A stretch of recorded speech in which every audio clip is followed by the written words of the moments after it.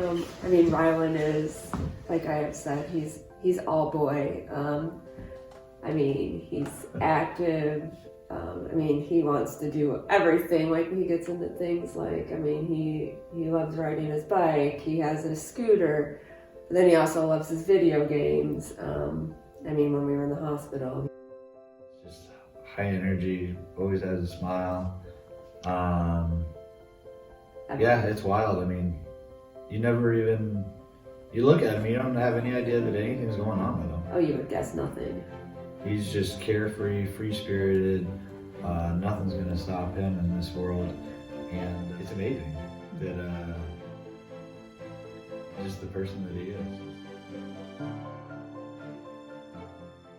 Our son Rylan was born around 11 years ago, almost. Like in a week, he'll be 11. He was a healthy baby we brought home from the hospital.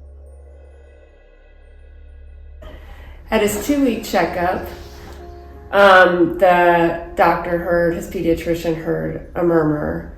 And a lot of kids have murmurs. We didn't think anything of it, but she wanted to have an echo done. I honestly don't think I even knew what an echo was. We were at our local hospital, Edwards Hospital, and we were having the echo. He was 5 weeks old. Like a little bit, probably 20, 30 minutes. Yeah. It just seemed like, this doesn't seem right. Like, what's going on? And then she came back the final time, like, to tell us, we want you to have an EKG done too. So we went and had the EKG done. She just came back and said, well, your pediatrician is going to reach out to you in the next, I don't know, day or so. And I think we got a call from the pediatrician around, I don't know, like 8:30. It was late. And they said, Jonathan talked to him.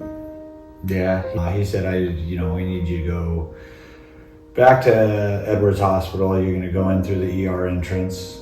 They're expecting you. I knew that wasn't good. Attending ER doctor said, I'm not sure what you guys know about Rylan. And we said, we don't know anything. What's going on? And she said his heart's working very hard right now. He needs more advanced care than we can provide here. Here we are going to come down to this hospital and they're going to take a look at him. Now we're putting IVs and all kinds of leads on him, and they're asking us which hospital we want to go to for advanced care. It was 13 years ago. We were down in the city. I was proposing to Heather I was going to walk down to the lake front there, and we just happened to be on Chicago Avenue walking right past the Lurie Children's Hospital when there was some traffic police there, blocking off the crosswalk, and just ambulance after ambulance after ambulance. And I was like, what is going on here? So we stood there for probably a good 20 minutes and asked the police officer, he said, what's going on here? And he said, they're moving right now. This hospital, Lurie Children's, just opened up. They're moving all the kids from Children's Memorial right now.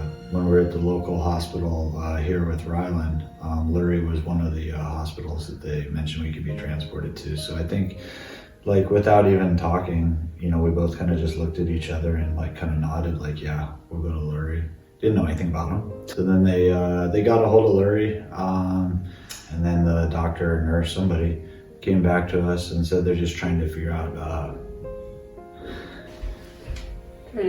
how he was going to be transported, grounded.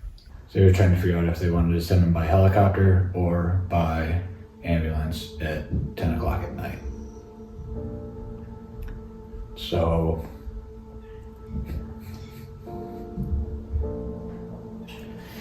yeah, like I said, you don't even have to understand anything, but you know that if 30 minutes, you're worried about the patient living for 30 minutes.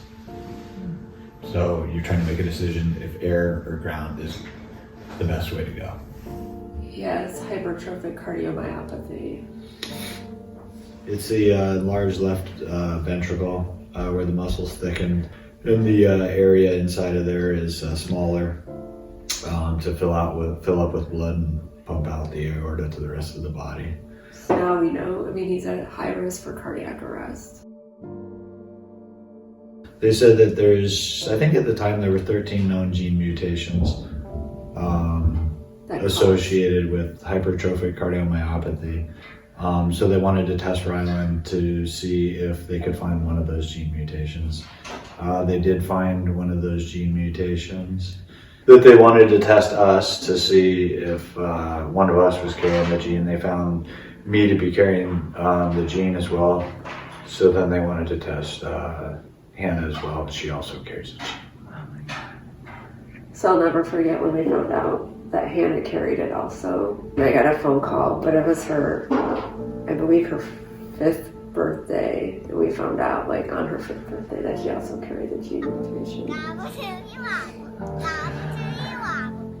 So I was home that day, standing out on the deck. And when I watched the ambulance pull up out in front of the elementary school, and just had that gut feeling that it was there for Ryan. I knew the day could possibly always come. I mean, they said he was at high risk for sudden cardiac arrest. You just never know what that day looks like. Mrs. Smith, his teacher, came running across the street, and then I knew. I said, "Damn, you arrested." Jogged over across the street with her, went into the school.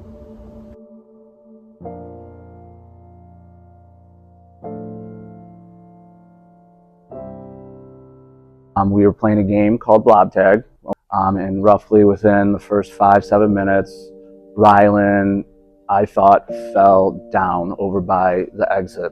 I kind of gave him a minute. As you know, kids fall, they kind of sit there, they hold, what hurts. He didn't get up initially, and that's when I paused the music. I jumped down from where I was watching, and I went over to Rylan. I noticed when I was walking over towards him, he was not moving, and he was face down. I turned him over, and his face was blue, black, which I noticed means he wasn't breathing at that point. Dialed 911. I got the AED, which was right next to me, which I'm so thankful for. As I was on the phone with the dispatcher, she was keeping me calm, asking me if he was breathing. I said his face was blue, black, turning blue and black. I didn't think he was breathing, and I already had the AED pads ready to go. At that point, I put them on and had it read his heart, and there was no beat, and it was ready to shock him at that point. It shocked him, and at that point, Frankie, our nurse, was down here helping me out. He came back after the shock. Frankie did CPR with him and chest compressions, and at that point he was making noises, he was gasping, very frantic, very scared. I didn't know if he was going to be lifeless or what, but since I heard him screaming, I knew that there was life there. I didn't know what it looked like. But then you walk in the door and you see him laying there. Shirt off, AED pads. Rylan was screaming, "Am I dying? I don't want to die. What's going on? I'm scared." Since I could hear him, I knew that he was alert, he was conscious, he had an airway, he was breathing, he had a heartbeat. He was alive. We were actually walking out after with the paramedic. Once they had Ryan, they were getting him into the truck, to the ambulance. He said, "I just want you to know that we didn't work on him at all." He said the gym teacher saved his life and resuscitated him. 97% that don't have action within 3 minutes do not survive. Look at the timestamp on the AED strip at the hospital. You could see that Chris acted quickly that day with no hesitation. It was like 1 minute and 3 seconds from the device being turned on to, shock being delivered. So, obviously he'll always hold a, very special place in our hearts.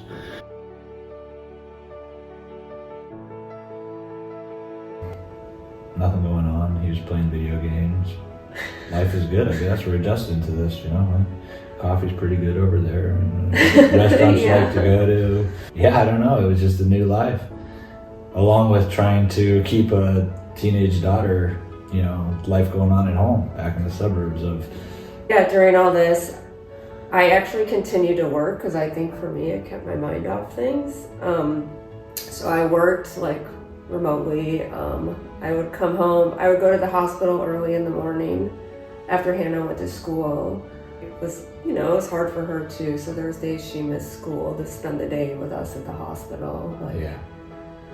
yeah, and like the second day after he was there was her 14th birthday. Yeah. 14th birthday. So it was never easy, but I mean, knowing that like one of us was always there, like we never, I mean. Yeah, I lived there for about 6 weeks. It made me really grateful that we were in a position that one of us could be there all the time. Yeah. And then at the same time, it made me really, really sad for a lot of the other kids. I mean, there's 44 beds on the unit there, and you know, no parents around, and it's, you know, because they had to work, or maybe they're waiting for a heart, or you know, maybe they're there for a year, you know. But you know, life goes on. Like you have to work, you have to, you know, do whatever you got to do to keep continuing on amidst all of this. It was surgery time. They were going to want to put in a internal cardiac defibrillator. And then there's also a surgery called a septal myectomy, where they take out some of the thickness of the left ventricle. You know, that he had made it 10 years of his life not needing any intervention except for, you know, medication. So surgery day came. We're walking up and down the river for 10, 12 hours. Larry's calling and updating us. You know, sometimes it feels like an eternity in between calls. And you know, you're getting these, you know, these updates, first incision. You've got him on the heart-lung machine safely. And then we knew too that during the surgery they're going to go ahead and put him into the rhythm that he was in when he needed to be shocked. VT, ventricular tachycardia. And they're going to go ahead and make him a rest basically on the table, and they're going to test this new ICU to make sure that it works. What are the odds that it doesn't work and you can't bring him back? He said, I can't believe I'm going to say this. He said, I don't know if I should. He said, but I've never had it not work. He comes out of surgery and wow, you're not prepared for that at all. But you know, they had him up and walking before we know it. And then discharge day came, where it's like, wow, we're actually going home after 6 weeks. Because it's like, as a heart parent, it's always just more and more layers of uncharted waters, it seems. But we got on to, I don't know, making the most of every day, really, and not taking any of it for granted.